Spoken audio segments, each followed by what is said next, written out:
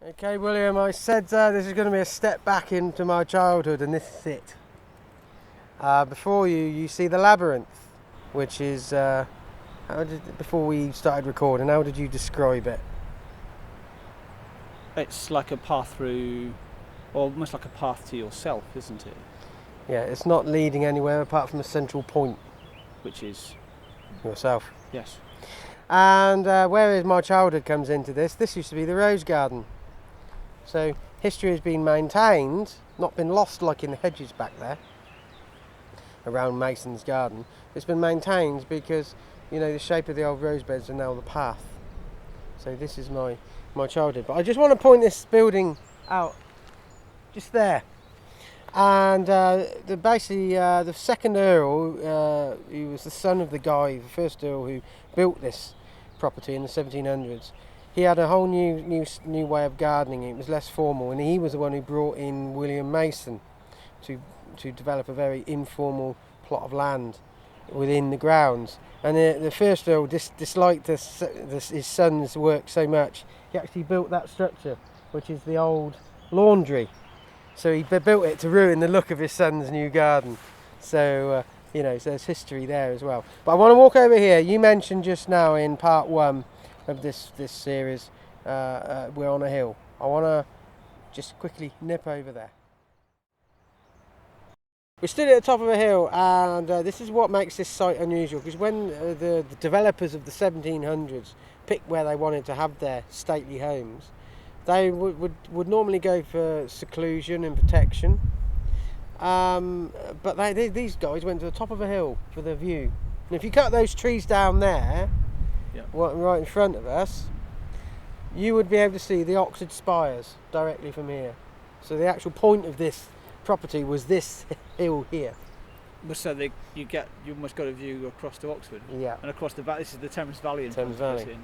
And I said that this is one of the only gardens in Britain that had a chapel that was actually built as a feature, but it's actually a consecrated chapel as well. There's not many chapels done like that. It's a beautiful building, isn't it? Exactly. And this landscape, the larger landscape, was laid out and contoured by Capability Brown. And he worked on very large scales. We've just walked through William Mason's garden, and he's gardened on a smaller scale. But that garden we walked through there, William Mason's, that used to be the original Newnham Courtney graveyard. So out the back of this chapel now, you have the current graveyard, for the site, and you've got the Harcourt family grave as well. The third famous gardener was William Robinson, and he landscaped this Japanese valley down in front of us. And everybody asks me, this tree here is the wedding cake tree. But the interesting thing is, everybody knows most people know Newnham Courtney in Oxfordshire, and you drive through it. It was a straight road. That's not the original site.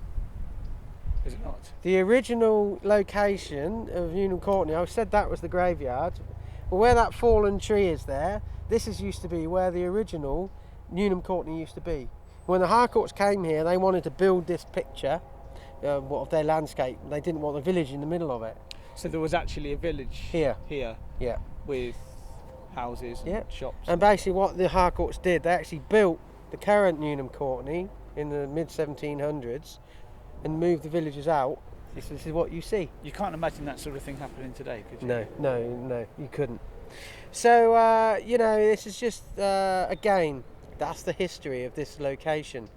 But what sense should we use? Well, sight and sound you can't actually avoid, I don't think. Especially sight, because you've got such a great view across the Thames Valley here. Exactly. I mean, this is the first thing when I first came down here with my camera. I was looking for the vantage point, and this is it. Yeah, there's one a bit further around as well, which is also quite nice. But there's plenty of scents around because there's loads of plants. You can touch things. But I again think this particular garden lends itself to switching off from the senses as well.